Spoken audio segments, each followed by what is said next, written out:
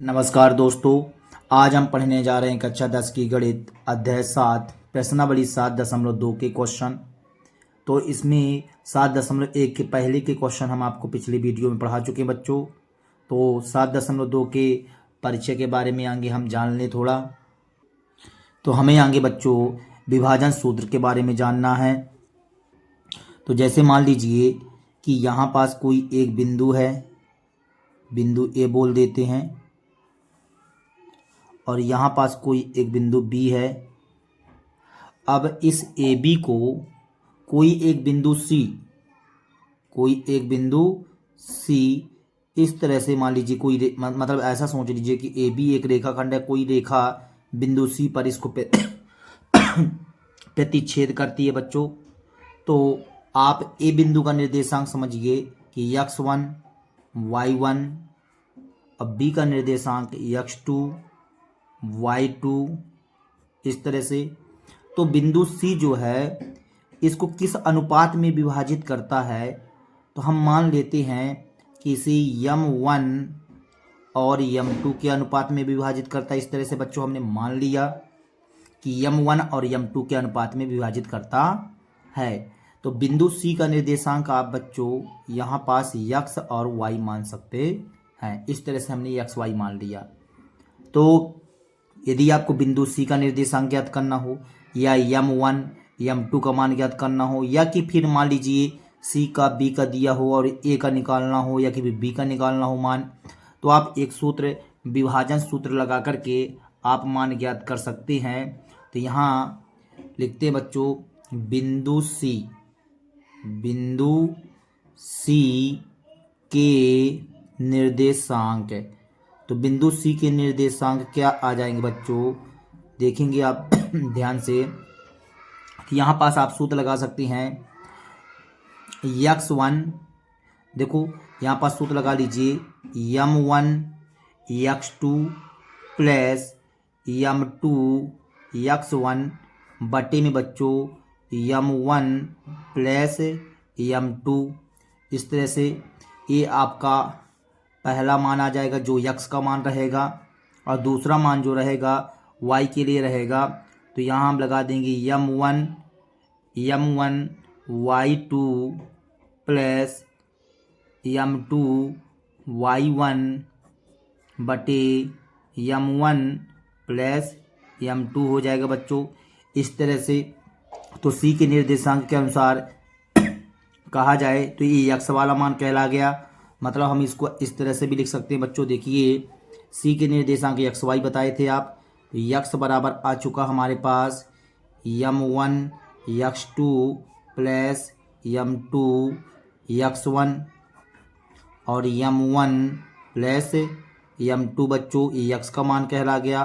अब y का मान क्या कहला जाएगा, m1 y2 plus m2 y1 बटे m1 प्लस m2। तो यदि आपको एक साथ निकालना हो तो आप एक साथ सूत्र लगा सकते हैं, या कि अलग अलग निकालना हो तो आप अलग अलग भी सूत्र की सहायता से कर सकते हैं।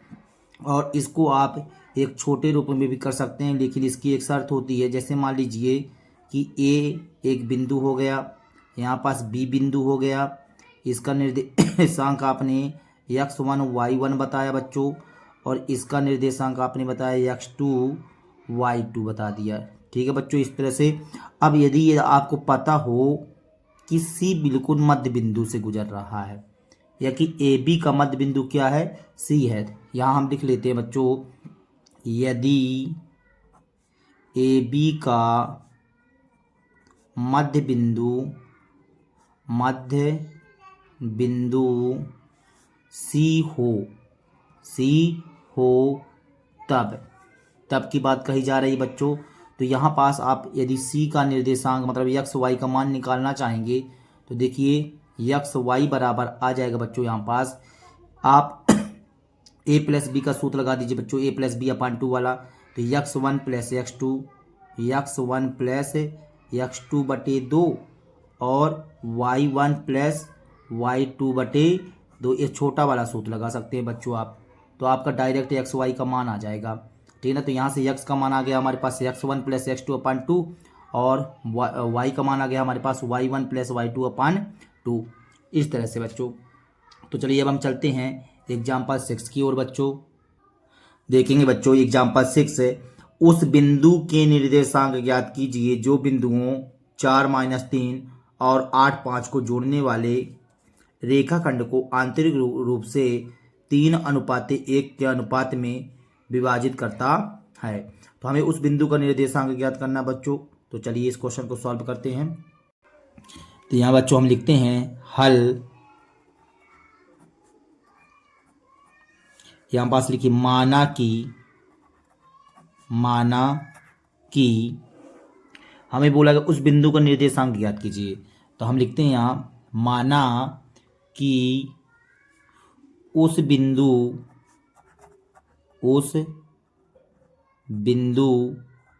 C का निर्देशांक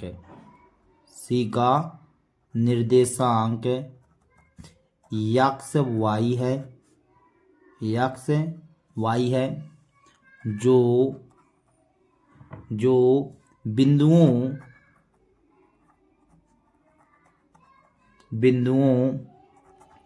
A मान लेते हैं बच्चों 4-3 को, 4-3 और B मान लेते हैं 8-5 को, 8-5 को जोड़ने वाले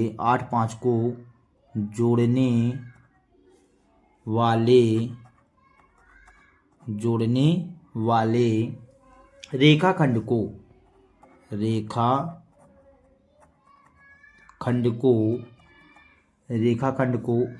3:1 के अनुपात में विभाजित करती है। ठीक है बच्चों। तो यहाँ पास हमने बोल दिया कि माना कि उस बिंदु C का निर्देशांक x y है। यहाँ पास थोड़ा सा दिमाग लगाइए बच्चों। जैसे मान लीजिए बिंदु A हो गया, यहाँ बिंदु B हो गया। तो यहाँ पर हमने बोला कि बिंदु C ऐसा है जो उसे 3:1 के अनुपात में विभाजित करता है। यहाँ हमने C बोल दिया। A का निर्देशांक आपने बोला है 4-3, B का निर्देशांक आपने बोला है 8-5 बच्चों, ठीक ना। और C का निर्देशांक आपने मान लिया है x और y, और इसको 3:1 के अनुपात में क्या करती है, विभाजित करती है। तो 3:1 के अनुपात में विभाजित करती है। तो यहाँ से हमारे पास आ जाएगा, देखिए m1 बराबर 3 और m2 बराबर आ जाएगा बच्चों हमारे पास 1। ठीक है, इस तरह से बच्चों। तो हमें x y का मान ज्ञात करना है। तो चलिए हम सूत्र लगा देंगे। तो देखिए बच्चों, a हमारा कहला जाएगा x1, a y1 हो जाएगा, a x2 हो जाएगा और a y2 हो जाएगा। तो हम यहाँ सूत्र लगा लेते हैं। तो x y बराबर सूत्र होता है बच्चों। तो क्या सूत्र होता है, m1 x2 plus m2 x1 बटे m1 प्लस m2 और m1 y2 plus m2 y1 बटे m1 प्लस m2, ये सूत्र रहता है बच्चों। तो देखेंगे यहाँ से m1 का मान आपने कितना बताया, 3 बताया बच्चों, 3 लिख दीजिए। यहाँ गुणा का चिन्ह। x2 का मान क्या है 8, तो 8 लिख दीजिए, प्लस m2 का मान बच्चों 1 बताया आप लोगों ने। फिर x1 का मान 4, तो 4 लिख दिए, बटे में आ जाएगा हमारे पास 3 + 1। फिर यहाँ पास m1 का मान बच्चों 3, y2 का मान क्या है 5, प्लस m2 का मान क्या है बच्चों 1, और y1 का मान क्या है -3। ये हमने लिख दिया -3 बच्चों, बटे में यहाँ पास आ जाएगा 3 + 1 बच्चों। तो देखेंगे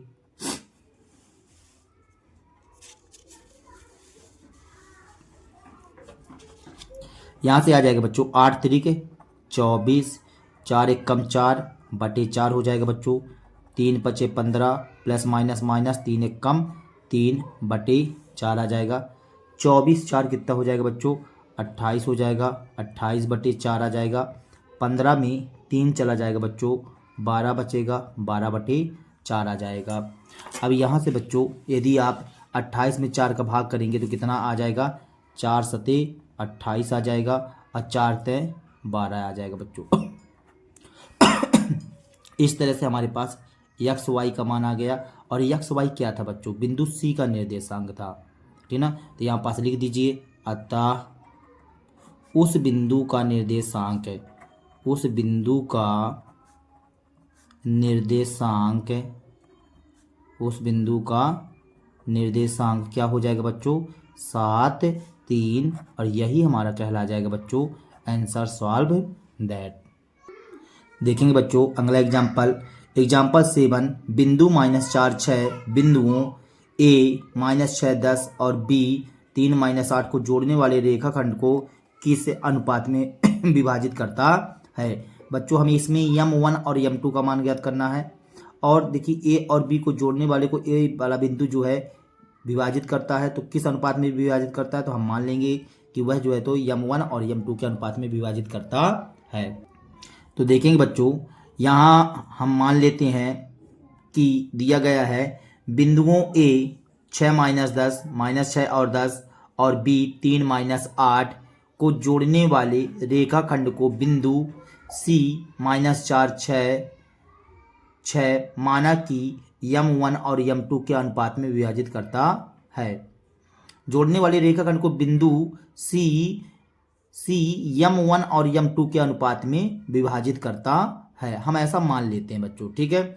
तो चलिए जैसे मान लीजिए कि यहाँ पास ए बिंदु हो गया और ये बी को जोड़ दिया गया और सी जो है इसे, ये बिंदु सी हो गया और इसे किस अनुपात में विभाजित करता, हमने मान लिया m1 और m2 के अनुपात में विभाजित करता है। इस तरह से हमने मान लिया बच्चों।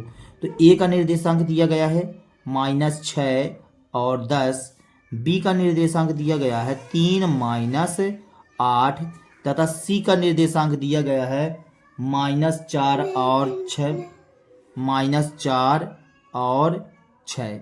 इस तरह से बच्चों, और इसे किस अनुपात में विभाजित किया गया है, आपने बोला है m1 और m2 के अनुपात में विभाजित किया गया है बच्चों। तो चलिए हम सूत्र लगा लेते हैं। तो हमसे इसमें यदि ऐसा m1 और m2 वाला सवाल आ जाए बच्चों तो आपके बस सिंगल सूत्र लगाइए, x का ही मान निकाल करके कर दीजिए। तो देखिए यहाँ से x और y का मान कहला गया, ax1 y1 ax2 y2 कहलाता है बच्चों। तो x बराबर सूत्र होता है m1 x2 plus m2 x1 बटे m1 प्लस m2, ये सूत्र होता है बच्चों। अब देखेंगे तो x बराबर, x का मान कितना है बच्चों, -4, तो यहाँ -4 लिख लीजिए, ये -4 लिख दिए यहाँ पास, -4 बच्चों बराबर में m1 का मान क्या आपको पता है, नहीं पता है तो m1 लिख लीजिए। x2 का मान क्या है बच्चों, x2 का मान 3 है तो 3 लिख दिए, प्लस m2 का मान क्या है बच्चों, तो m2 लिख दिए। x1 का मान क्या है, तो x1 का मान है -6 तो -6 लिख लिए बच्चों, ये -6 ये लिख दिए, बटे m1 का मान नहीं पता, प्लस m2 तो m2 ये कर दिए बच्चों, कर दिए। अब देखेंगे -4 बराबर m1 इंटू 3 और m2 इंटू -6 आया अपान m1 प्लस m2 बच्चों, ठीक है। अब यहाँ से ये बट्टे में है तो कहीं में चला जाएगा, गुणे में चला जाएगा बच्चों, तो ये गुणे में हो जाएगा।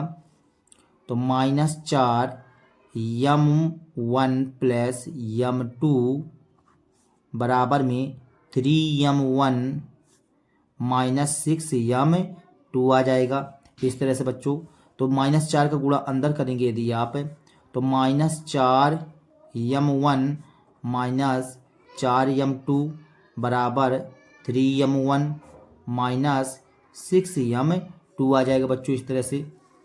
अब देखेंगे -4 m1, 3 m1 को इस तरह खींच लाइए तो -3 m1 हो जाएगा, -6 m2 -4 m2 इस तरह चला जाएगा चला जाएगा बच्चों, तो प्लस का 4 m2 हो जाएगा। अब देखिए माइनस माइनस क्या हो जाएगा बच्चों, प्लस हो जाएगा, तो 7m1 आ जाएगा, बराबर में 6 में 4 जाएगा तो -2m2 हो जाएगा बच्चों। ठीक है, यहाँ से माइनस क्या हो जाएगा, कट जाएगा। अब यहाँ से ये बताइए कि m2 गुणे में है ना, तो इस साइड आएगा तो बटे में हो जाएगा, तो m1 बटे m2 बराबर 2 बटे में क्या आ जाएगा, 7 आ जाएगा इस तरह से बच्चों। तो यहाँ पास हमारा अनुपात बन जाएगा m1 अनुपाते m2 बराबर आ जाएगा 2:7, इस तरह से बच्चों 2:7 आ जाएगा।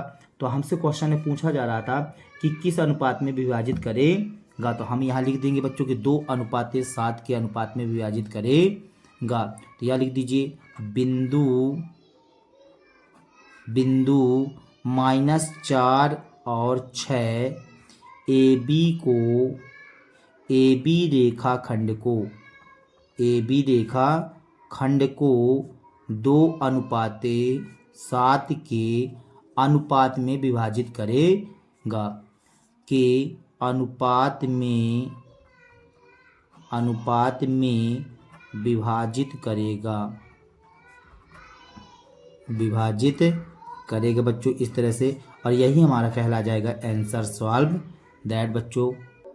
एग्जाम्पल 8 देखेंगे बच्चों। बिंदुओं A 2-2 और B -7 4 को जोड़ने वाले रेखाखंड को समत्रिभाजित करने वाले बिंदुओं के निर्देशांक ज्ञात कीजिए।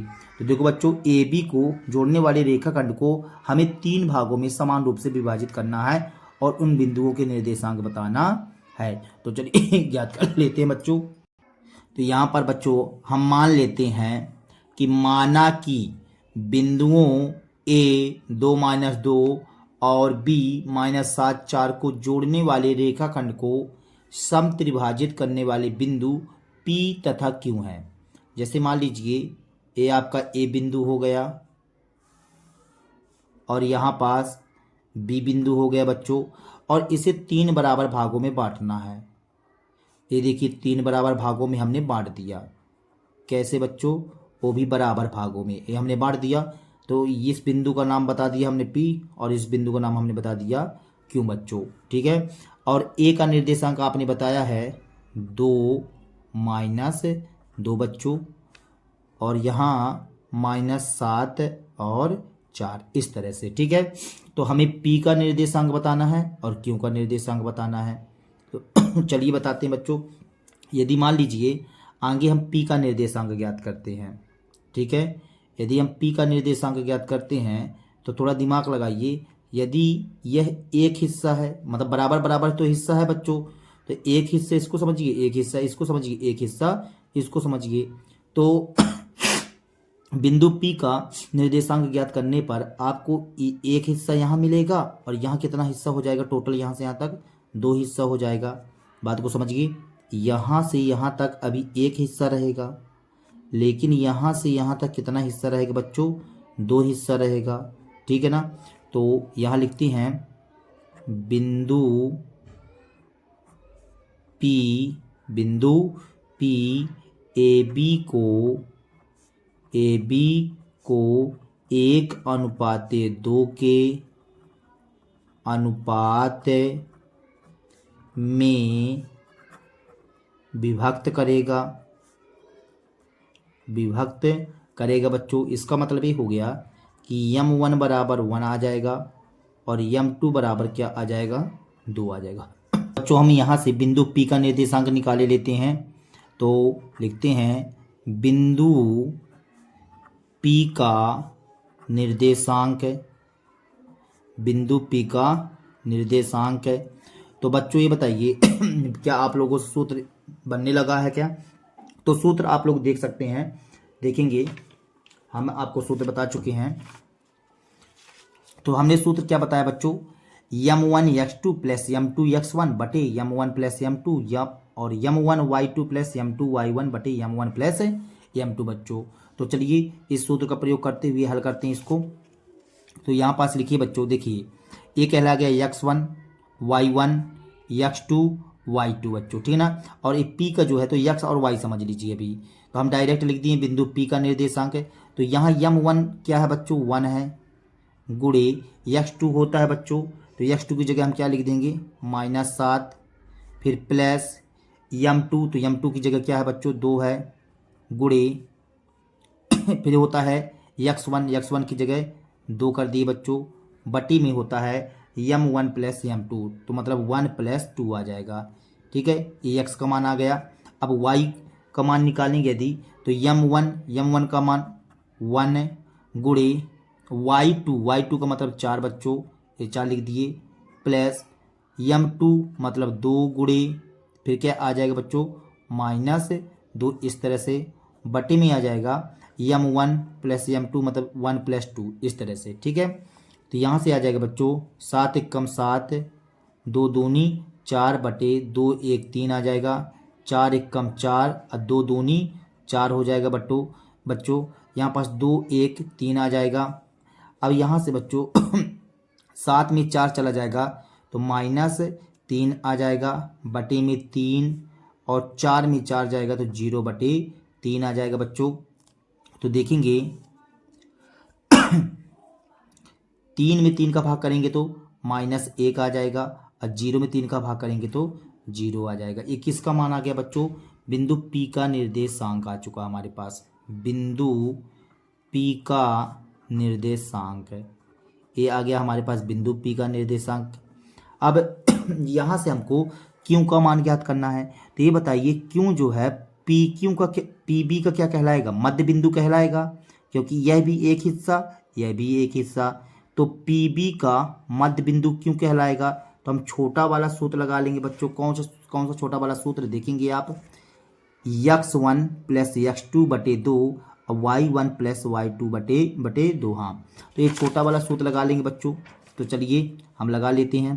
तो यहाँ लिखते हैं बिंदु Q का निर्देशांक है, बिंदु Q का निर्देशांक, बिंदु Q का निर्देशांक, तो बिंदु Q का निर्देशांक क्या कहलाया जाएगा बच्चों, देखिए यहाँ पास B में A लिखा हुआ है, अब P का मान हमारा A लिखा हुआ है, तो -1 प्लस -7 हो जाएगा, मतलब x1 + x2 हो गया, बटे 2 होता है बच्चों, फिर y1 मतलब 0 प्लस y2 का मतलब 4 हो जाएगा यहाँ पास, बटे 2 आ जाएगा, इस तरह से बच्चों। यहाँ से देखेंगे -1 प्लस -7 बटे 2 आ जाएगा बच्चों, और 4 0 जोड़ेंगे तो 4 बटे 2 आ जाएगा।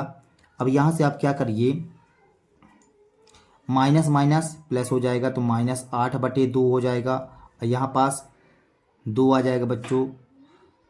यहाँ पास भाग करेंगे तो 2 चौको 8 और 2 तो 2, तो हमारे पास मान आ चुका है, बिंदु Q का निर्देशांक का मान आ गया बच्चों -4 और 2। तो हम यहाँ लिख देंगे कि बिंदु Q का निर्देशांक, बिंदु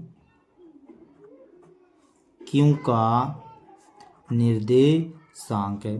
तो इस तरह से बच्चों जो आप P और Q के मान ज्ञात करना चाहते थे, तो इस तरह से हमारे पास मान आ गए हैं -4 और 2, और यहाँ पास -1 और 0। तो यहाँ पास लिख दीजिए अतः, क्या लिख देंगे बच्चों, अतः AB को समत्रिभाजित करने वाले बिंदुओं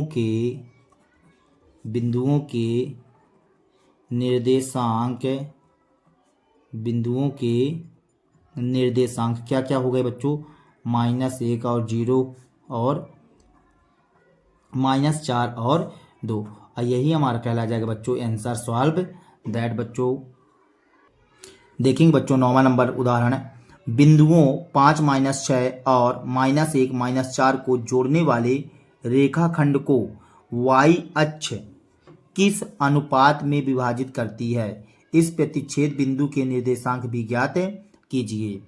तो मतलब हम ही कहता है कि जब हम इसको जोड़ेंगे तो वही y अक्ष को किस अनुपात में विभाजित करता है, तो हमें क्या y अक्ष का मान पता रहेगा, y अक्ष पर जो बिंदु जिस बिंदु पर प्रतिच्छेद करेगा बिल्कुल मान पता रहेगा बच्चों वहां पास, ठीक है ना। तो विभाजित करती है, तो इस प्रतिच्छेद बिंदु के निर्देशांक भी ज्ञात कीजिए। चलिए इस क्वेश्चन को सॉल्व करते हैं बच्चों। यहाँ पास मान लेते हैं बच्चों कि माना कि बिंदुओं A 5-6 और B -1-4 को जोड़ने वाले रेखाखंड को y अक्ष पर बिंदु C 0y m1 अनुपाते m2 के अनुपात में विभाजित करता है। हम ऐसा मान लेते हैं बच्चों। तो देखेंगे बच्चों यहाँ पास AB को जोड़ने वाले रेखाखंड को, तो यहाँ देखिए 0 का मान दिया गया है। तो जब यहाँ x का मान 0 है तो हम x वाला मान निकाल करके इसको हल कर सकते हैं, क्योंकि x का मान दिया गया है। तो x वाला सूत्र जो होता है बच्चों, क्या सूत्र होता है? x बराबर होता है m1 x2 plus m2 x1 बटे m1 प्लस m2 बच्चों, ये सूत्र होता है हमारे पास। तो देखेंगे x का मान हमें 0 दिया गया है, तो हम यहाँ 0 लिख लेंगे। कैसे बच्चों? देखिए जैसे मान लीजिए कि यह AB एक रेखाखंड हो गया, यह AB एक रेखाखंड हो गया। यहाँ A पर 5-6 और B पर -1 और -4 है। तो C जो है मतलब y अक्ष को बिंदु C पर प्रतिच्छेद करता है। तो इसका मान आपने 0 और y बता दिया है। तो ये x का मान कहला गया और y का मान हमें नहीं पता है। तो x बराबर 0। अब m1 की जगह हम क्या कर देंगे? पता ही नहीं हमें, m1 m2 माना है आपने, तो m1 लिख दीजिए। लेकिन x2 की जगह हम क्या लिखेंगे? x2 की जगह हम लिखेंगे -1, ये हमने लिख दिया -1 प्लस m2 का भी मान हमें पता नहीं है। x1 का मान बच्चों मतलब 5 कहला जाएगा, ये हमने 5 लिख दिया बटे m1 प्लस m2 बच्चों। ठीक है, ये बटे में है तो कहे में चला जाएगा गुणे में, तो ये पूरा मान क्या हो जाएगा? 0 हो जाएगा। यहाँ बचा -m1 प्लस 5m2 हो जाएगा बच्चों। -m1 इस साइड आ जाएगा बच्चों, तो क्या हो जाएगा? प्लस m1 हो जाएगा। तो यहाँ आ जाएगा m1 बराबर 5m2। अब देखिए बच्चों ये 5 जो है यहाँ पास, यदि मान लीजिए m1 है तो इसको 5 गुणे में है, तो इसको m1 के पास में ले आइए, मतलब बटे में आ जाएगा। तो यहाँ से m1 बटे 5 हो जाएगा। यहाँ m2 बच्चों, यहाँ कुछ नहीं तो 1 मान सकते हैं अपन। तो देखेंगे m1 ऐसा नहीं बच्चों, आप ऐसा करिए कि यहाँ देखिए 1 है, m2 को ले आइए, ठीक है ना। यहाँ से देखेंगे फिर से m1, तो m2 को आप बटे में ले आइए, ये देखिए m2 बटे में आ गया। तो यहाँ 5 तो 5 और इसके बटे कुछ नहीं तो 1 आ जाएगा। इस तरह से आपके पास m1 अनुपाते m2 का मान आ गया बच्चों 5:1, ठीक है ना। और हमसे ये भी पूछा गया था कि मतलब उस बिंदु का निर्देशांक भी ज्ञात कीजिए, प्रतिच्छेद बिंदु का। तो प्रतिच्छेद बिंदु जो C है बच्चों, प्रतिच्छेद बिंदु जो C है, तो C का मान ज्ञात कर लेते हैं। तो हमें तो y का मान ज्ञात करना है, तो y वाला सूत्र भी बनना चाहिए। तो देखेंगे y बराबर होता है m1 y2 plus m2 y1 बटे m1 प्लस m2, ये सूत्र होता है बच्चों। तो देखेंगे यहाँ से y बराबर आ जाएगा हमारे पास, m1 का मान तो अब तो पता चल चुका है ना बच्चों 5, तो ये 5 लिख दिए। y2 का मान y2 का मान क्या हो जाएगा बच्चों? देखिए y2 का मान आ जाएगा -4, तो यहाँ लिख दीजिए बच्चों -4 लिख दिए बच्चों, प्लस m2 की जगह बच्चों 1, और हमारे पास y2 का मान है बच्चों, y1 का मान हो जाएगा -6। अब बटे में m1 प्लस m2 मतलब 5 प्लस 1 आ जाएगा। तो देखेंगे 5 चौको 20 प्लस माइनस 6 कम 6 बटे 6 हो जाएगा बच्चों। तो 20 और 6 कितना हो जाएगा? 26 आ जाएगा बटे 6। अब इसको काटेंगे यदि मान लीजिए, तो यहाँ पास 2 से काटेंगे बच्चों, तो यहाँ से 2 से काटते हैं तो 13 दूनी 26 आ जाएगा, अब बटे 6 आ जाएगा। इस तरह से बच्चों यहाँ पर बच्चों 3 रहेगा, 2 से आपने काटा तो 13 दूनी 26 और 2 ताई 6 बच्चों। तो इस तरह से हम इसका आंसर लिखेंगे। अतः y अक्ष ए बी को 5:1 के अनुपात में विभाजित करेगा और प्रतिच्छेद बिंदु का निर्देशांक 0 - 13/3 होगा बच्चों, और यही हमारा कहला जाएगा आंसर सॉल्व दैट बच्चों। इस तरह से देखेंगे अगला एग्जाम्पल। एग्जाम्पल 10 कहता है बच्चों, यदि बिंदु ए 6:1, बी 8:2 और सी 9:4 और डी P3 हो तो एक समांतर चतुर्भुज के शीर्ष इसी क्रम में हो तो P का मान ज्ञात कीजिए। हमें यहाँ पास P का मान बताना बच्चों, और ये बताया गया है कि यह एक समांतर चतुर्भुज के शीर्ष है, तो हमें P का मान निकालना है। देखिए यहाँ P का मान एब्सेंट है तो P का मान ज्ञात करना है। तो चलिए हम इस क्वेश्चन को सॉल्व करते हैं। तो यहाँ हमें दिया गया बच्चों समांतर चतुर्भुज ABCD के शीर्षों के निर्देशांक है। तो A का निर्देशांक 6:1, B का निर्देशांक 8:2, C का निर्देशांक 9:4 और D का निर्देशांक P3 दिया गया है। तो यहाँ पास ये समांतर चतुर्भुज कहलाया गया बच्चों। अब हमें पता है अच्छी तरह से कि समांतर चतुर्भुज के जो विकर्ण होते हैं, समांतर चतुर्भुज के विकर्ण एक दूसरे को क्या करते हैं बच्चों, समद्विभाजित करते हैं, मतलब समान 2 भागों में बांटते हैं। तो यदि कहा जाए यहाँ पास कि ये जो मध्य बिंदु रहेगा, इस विकर्ण AC का मध्य बिंदु मान लीजिए O, तो AC का भी मध्य बिंदु O रहेगा और BD का भी मध्य बिंदु क्या रहेगा, O रहेगा। मतलब जितना AC का मध्य बिंदु O है उतना BD का मध्य बिंदु O है। तो ये आपस में क्या होना चाहिए, बराबर होना चाहिए बच्चों। तो हम यहाँ लिखते हैं, और हमें पता भी है कि समांतर चतुर्भुज के विकर्ण जो है एक दूसरे को क्या करते हैं, समद्विभाजित करते हैं। तो लिख लेते हैं बच्चों थोड़ा सा एक लाइन, समांतर चतुर्भुज के विकर्ण एक दूसरे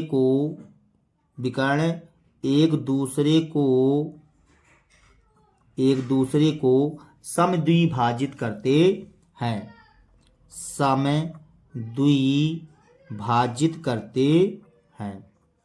समद्विभाजित करते हैं बच्चों, समद्विभाजित करते हैं। इसका मतलब ये हो गया कि यदि मान लीजिए आप विकर्ण AC के मध्य बिंदु का निर्देशांक निकालें, विकर्ण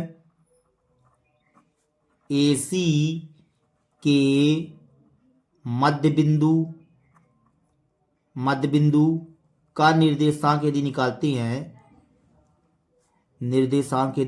हैं बच्चों, तो ये बराबर रहेगा, किसके बराबर रहेगा बच्चों, विकर्ण BD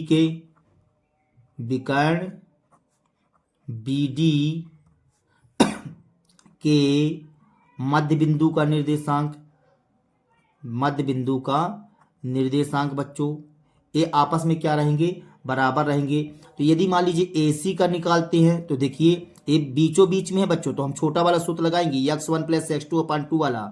तो 6 + 9 क्या लग जाएगा बच्चों, 6 + 9/2 हो जाएगा। इसी प्रकार से 1 + 4/2 हो जाएगा। ठीक है बच्चों, इस तरह से बराबर, ये बराबर तो बराबर BD का, इसी तरह से इसका हो जाएगा बच्चों। तो P + 8/2 और 3 + 2/2 हो जाएगा बच्चों। ठीक है, यहाँ कितना आ जाएगा, 9 × 6 = 15/2, यहाँ 4 × 1 = 5/2 बराबर में P + 8/2, यहाँ 3 × 2 = 5/2 बच्चों। अब यहाँ आप तुलना कर लीजिए, तो तुलना करने